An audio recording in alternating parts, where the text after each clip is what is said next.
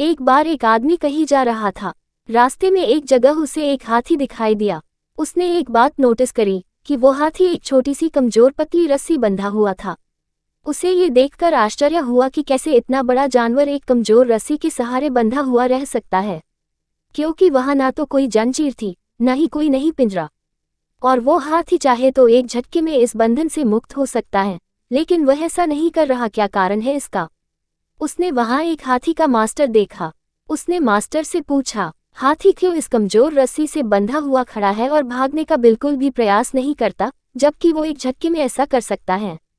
हाथी के मास्टर ने जवाब दिया, जब ये हाथी बहुत छोटा था तब मैं इसी रस्सी के सहारे इसे बांधा करता था।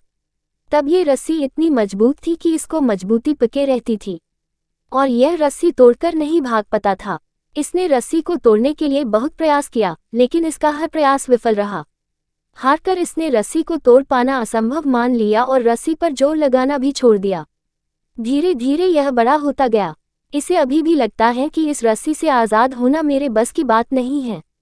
इसने रस्सी को तोड़ने का प्रयास नहीं किया। आज यह एक वयस्क बलवान हाथी है, लेकिन इसने रस्सी से हार मान ली है। आदमी यह सुनकर हैरान था। ये जानवर किसी भी समय रस्सी को तोड़कर अपने बंधन से मुक्त हो सकता है, लेकिन उसने मान लिया है कि वह ऐसा नहीं कर सकता।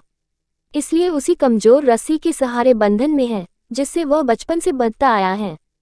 इस हाथी की तरह ही हम में से कितने ही लोग ऐसे हैं जो यह मान लेते हैं कि वो जीवन में ये काम नहीं कर सकते क्योंकि पिछली बार हमने प्रयास किया था तो विफल रहे थे।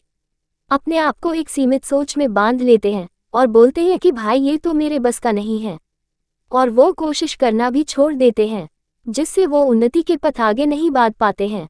तो दोस्तों, अपने मन की सीमित सोच को एक झटके में तोड़ डालो और फिर देखो कि कैसे सफलता आपके कदम चूमती है।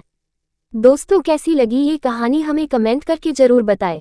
और भी बहुत सारी हिंदी नैतिक कहानियाँ, नैतिक शिक्षा की कहानियाँ, मोटिवेशनल कहानियाँ, अच्छी कहानियाँ और प्रेरणादायक कहानियाँ